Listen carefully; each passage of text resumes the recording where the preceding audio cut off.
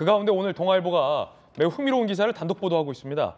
이화영 전 부지사가 김성태 전 회장에게 이렇게 얘기했다라는 김 전 회장의 주장인데요. 이재명이 대통령 되면 쌍방울은 곧장 대기업 된다. 들어보시죠. 2019년 김성태 전 회장 하노이 회담 결렬로 북한에 1억 달러, 1230억 원을 제공하는 협약 체결을 고민하자 이화영 부지사가 이재명 대통령 되면 대북 제재 풀릴 것이다. 그럼 쌍방울도 대기업 될 수 있다라고 이야기를 했다라고 김성태 전 회장이 검찰에서 조사했다는 동아일보의 단독 보도입니다. 쌍방울은 500만 달러가 아니라 5천만 달러라도 베팅해야 하는 거 아니냐. 그래서 이런 의미로 500만 달러가 대수냐라는 앞선 발언이 있었었군요. 5조, 10조로 되돌아올 가능성이 있다. 쌍방울은 곧 대기업이다라는 건데 김수경 교수님, 대기업은 우리가 삼성, 현대, LG, 기아 많지 않습니까? 근데 쌍방울이 대기업 된다? 사실 좀 뭔가 좀 뜬구름 잡는 소리 같기도 한데 이화영 부지사가 그렇게 김성태 전 회장에게 얘기했다라는 김 회장의 진술이잖아요. 좀 더 자세히 오늘 동아일보 내용 소개해 주시죠. 그렇죠. 이제 당시 상황이 이제 하노이 회담이 결렬되면서 뭐 북미 관계, 남북 관계 다 안 좋아질 때인데 이런 상황에서 북한에 1억 달러를 주는 게 맞는 건가? 내가 1억 달러를 주면 그만큼의 반대급부로 1억 원이 아니라 1억 달러죠. 1230억 원을 보내면 그거보다 훨씬 더 큰 이득을 내가 볼 수 있나라는 생각을 하지 않겠어요? 예. 아무리 뭐 배움이 짧은 뭐 조폭 출신의 회장이어도 그 정도의 이제 계산은 돌아가겠죠. 그래서 좀 망설이니까 이화영 부지사가 지금 이재명 당시 경기도지사가 만약에 대통령이 되면은 1억 달러는 뭐 별거 아니다. 몇 조 원이나 되는 돈이 너에게 돌아올 것이다라는 식으로 이렇게 회유를 설득을 했다라는 거예요. 그렇다 보니까 저는 이 사건을 보면서 지난번에도 한번 말씀드렸지만 어찌 보면 이 이화영 부지사 혹은 나아가서는 어쩌면 이재명 당시 경기도지사까지 이 쌍방울이라는 기업에 좀 속된 말이지만 빨대를 꽂은 거 아닌가? 그런 예. 생각이 들어요. 그러니까 정상적인 기업, 정상적으로 전문 경영인이 이제 경영을 하고 뭐 주주라든가 뭐 사회이사라든가 이런 게 정상적으로 돌아가는 네. 기업이었다면 이렇게 황당무계한 제안, 북한에 1억 달러를 주자 이런 것들이 제대로 처리될 수가 없거든요. 물론 직접 돈이 가진 않았습니다만 이런 것들이 고민될 수가 없는 것이고 800만 달러가 당초에 대납될 수도 없는 일인데 아무래도 그런 국제 정세도 잘 모르고 기업 자체가 이렇게 투명하게 돌아가지도 않고 이런 황당무계한 딜이 있을 때 이걸 제어할 수 있는 장치도 잘 안 되어 있고 이런 기업이기 때문에 어쩌면 이화영 부지사나 이재명 그러니까 지금 대표가 쌍방울이 이런 것들을 처리해 줄 수 있는 기업이라고 생각해서 이런 게 일어나지 않았을까 싶을 정도로 정말 정상적인 기업에서는 이제 있을 수 없는 그런 거래들이 이야기됐던 것으로 보입니다. 이게 사실은 뭐 800만 달러든 1억 달러든 써서 대기업이 될 수만 있다면 해볼 만한 베팅인데 저 진술처럼 이 과연 이제 뜬구름이냐 아니냐의 기준점은 이재명 대표가 대통령이 되면 이라는 단서로 이화영 전 부지사가 달았다는 그 단서 조건 때문에 결국에 이 말이 사실이라면 김성태가 지를 수 있었던 거 아니겠습니까? 그렇죠. 그러니까 이재명 대표가 되면 진짜 내가 그 정말 이재용 이런 사람들과 어깨를 나란히 하는 기업의 총수가 될 수 있을 거라는 생각을 했던 것이죠. 그러니까 굉장히 아주 불편하고 지저분한 정경유착이 일어날 뻔했던 것이고 실제로 상당 부분은 정경유착이 일어났던 것이죠. 사실 지금 이화영 부지사는 몰랐다. 김성태가 혹은 쌍방울이 알아서 독자적으로 북한과 거래한 거다 이렇게 얘기를 하고 있는데 아니 그렇다면 왜 경기도 사업에 대해서 대납을 해줍니까? 차라리 그냥 북한에 직접적으로 돈을 주지 왜 경기도 사업을 쌍방울이 대납해줄 이유도 없는 것이고 경기도가 모르게 경기도 사업을 대납을 해줄 수는 없는 거예요. 그렇기 때문에 이 스마트팜 때문에 500만 달러가 갔다? 이 부분은 적어도 경기도가 당연히 승인하고 인지할 수밖에 없는 일입니다. 왜냐? 경기도 사업에 대한 돈을 대신 내줬으니까요. 그리고 그 경기도에는 유력 대권주자 이재명 지사가 중심에 있다. 그 말입니까? 그렇죠. 이재명 대표를 보지 않았다면 이재명 경기도지사가 어쩌면 대통령이 될 수 있을 것이라는 전망을 하지 않았다면 어떻게 800만 달러가 가고 1억 달러를 보낼 거란 약속을 하겠습니까? 그거는 상식적으로 저는 불가능한 것인데 자꾸 이제 민주당 혹은 이재명 대표 측에서는 이 상식적인 부분에 대해서까지도 증거가 없다. 내가 연루되었다는 증거가 없다고 하는데 이렇게 북한 관련 사업을 할 때 그냥 쌍방울의 개인 김성태가 경기도 사업을 대납해줬다. 이건 정말 어떻게 상식적으로 설명이 안 되는 부분인데 계속 그런 식으로 언제까지 모르쇠로 일관할 수 있을지는 한번 지켜봐야 될 것 같습니다. 자, 물론 김성태 전 회장의 진술 중에 이화영 전 부지사가 했다라는 발언에 대해서 당사자는 옥중 서신 등을 통해서 강하게 부인을 하고 있는 바입니다. 이재명 대표와 민주당도 소설이다라고 강하게 반박하고 있다는 입장 계속 함께 전해드리고 있습니다. 한 가지 궁금한 게 있습니다. 아무리 조폭 출신 사업가라 하더라도 대북 제재가 있다는 것을 뭐 명확히 인지하고 있었을 텐데 어떻게 이렇게 턱턱 북한에 돈을 보내는 범죄를 저질 수 있었을까 의문이 있었는데 오늘 동아일보가 또 보도를 하고 있습니다. 상세히 함께 보시죠. 본인도 걱정했다는 거예요. 돈 보내다가 관세 당국에 적발되면 어떡하나. 관세가 문제가 아닌데 어쨌든 뭐 걸리면 어떡하냐 뭐 이런 거 아니겠어요? 관세가 문제가 아니에요. 그러니까 지금 북한에 돈 보내는 건요 관세 문제가 아니에요. 관세청 이 문제가 아니에요. 이걸 알아야 되는데 그러자 이화영 전 부지사가 자 이제 바로 이제 국정원 얘기 꺼내요. 걱정할 거 없다. 정권이 민주당 쪽이니 국정원에 걸려도 괜찮을 것이다 라고 이야기를 했다라는 김성태 전 회장의 주장입니다. 천하람 변호사님. 네. 그러니까 이게 뭐 북한에 돈 보내는 거에 굉장히 친숙한 국정원이 아니었나 당시에 뭐 그런 생각도 좀 들고요. 그러니까 저는 이런 거 보면 이재명 대표 근처에 있는 분들이 정치를 굉장히 잘한다. 그러니까 정치라는 게 아주 기술적으로만 보면 이런 겁니다.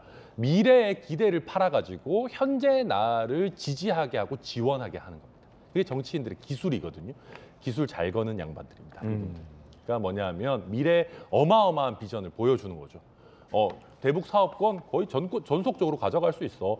대북 사업권 너네가 전속적으로 가져가면은 뭐 5조, 뭐 10조 아무것도 아니야. 대기업 된다. 대기업 된다. 그거거든요. 혹하죠. 누구라도 혹합니다.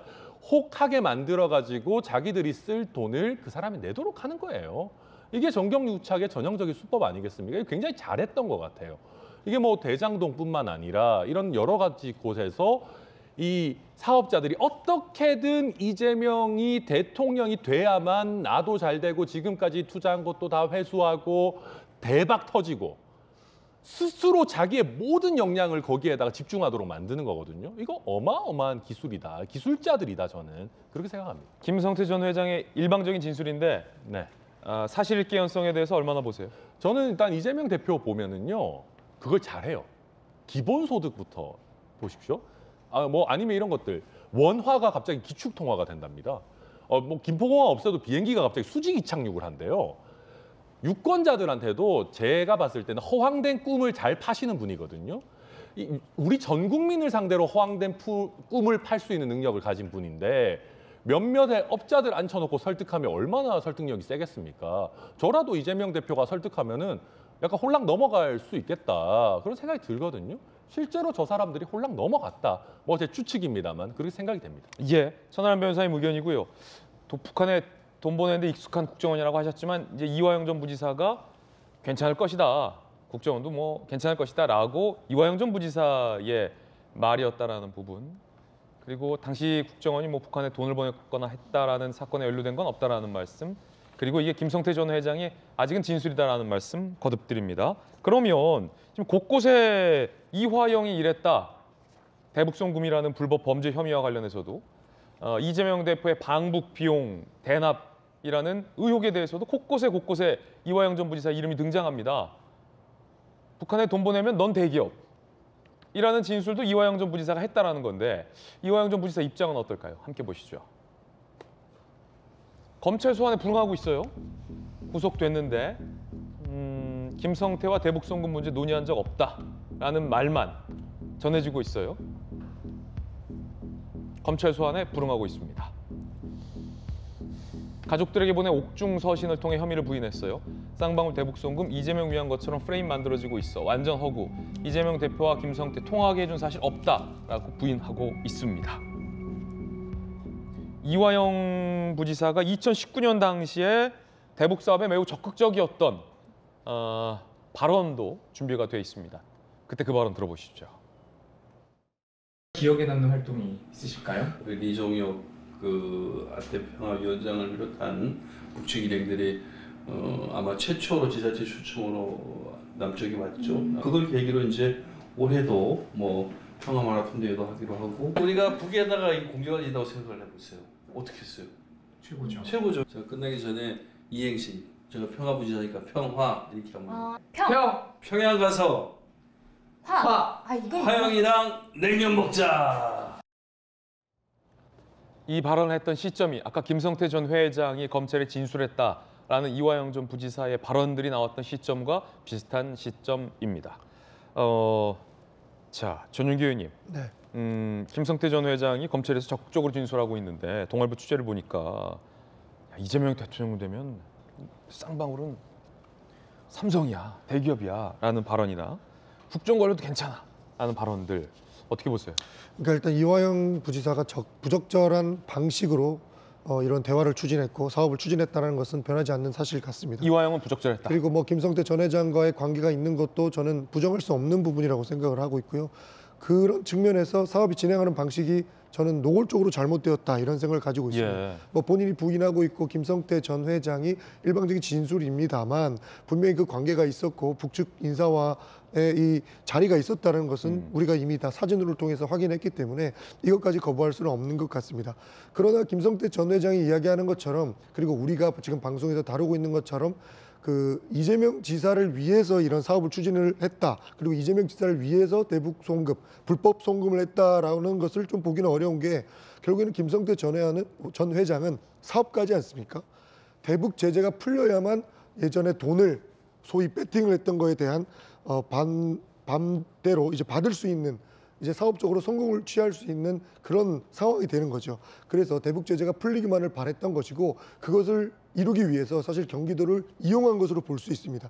그래서 사업적인 측면에서 본인은 돈을 냈고 이런 것이 대북 제재를 풀렸을 때 본인이 이익을 취한 것이었다 이렇게 볼 수 있기 때문에 사실 그 이화영 부지사와 이런 사업을 추진했던 것에 대해서는 불법적인 측면이 있었기 때문에 좀 부적절했던 것으로 보인다 이런 말씀 드리겠습니다. 그러니까 이화영 부지사와 김성태 간의 불법적인 거래 의혹인 거지. 이게 여기에 이재명이라는 이름이 왜 들어가냐라는 강한 반론이에요. 김연아 의원님은요? 약간 꼬리 자르기처럼 느껴집니다. 이제 처음에는 굉장히 강하게 부인하다가 쌍방울 뭐 속내의밖에 한 벌밖에 입은 거 없다 이렇게 얘기를 하셨는데 이제 점점 증거들이 나오면서 약간의 민주당의 선긋기, 꼬리 자르기가 저는 나타나고 있다고 보여지는데 저는 이렇게 생각합니다. 지금 대한민국에서 대북 사업은 적법한 사업이 아닙니다. 도대체 왜 김성태 쌍방울 회장이 대북 사업을 하려고 했을까? 저는 누군가 미끼를 던졌다고 생각합니다. 그리고 그 미끼에는 반드시 정치적 리스크, 정책적 리스크가 있습니다.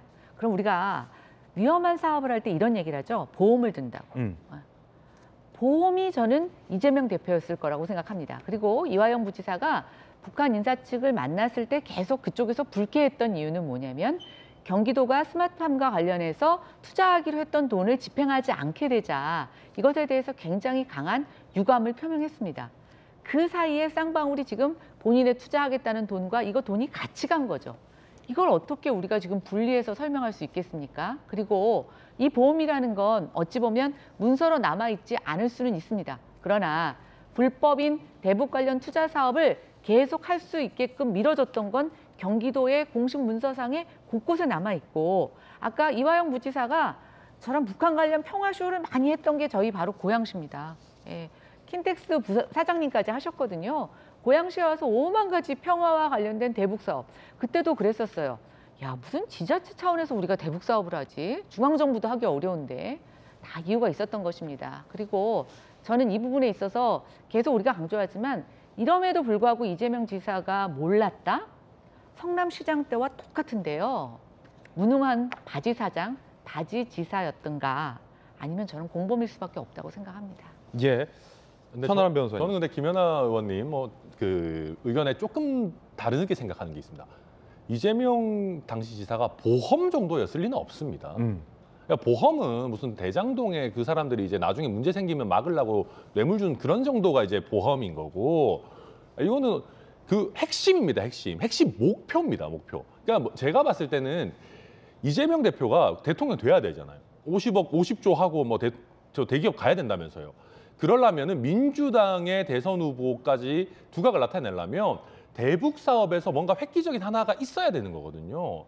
지금 하노이 노딜 되고 뭐 대북 관계 안 좋아지고 할 때 문재인이 못한 걸 이재명은 한다라는 핵심 메시지가 나와줘야 되는 거예요. 저는 그거를 위해서 이재명 대표 밑에서 당시에 이런 어떤 사업을, 대북 사업을 진두지휘했던 이화영이 이건 이재명 대표를 위해서 정치적으로 맞춤형 어떤 그 대북 사업을 이끌어내기 위해서 이 사람들을 꼬신 거다. 여기에 최종 목적은 이재명을 띄우는 거예요. 그래서 저는 이게 어떤 보험 정도가 아니라 핵심이 이재명 아니었나, 뭐 그렇게 생각합니다.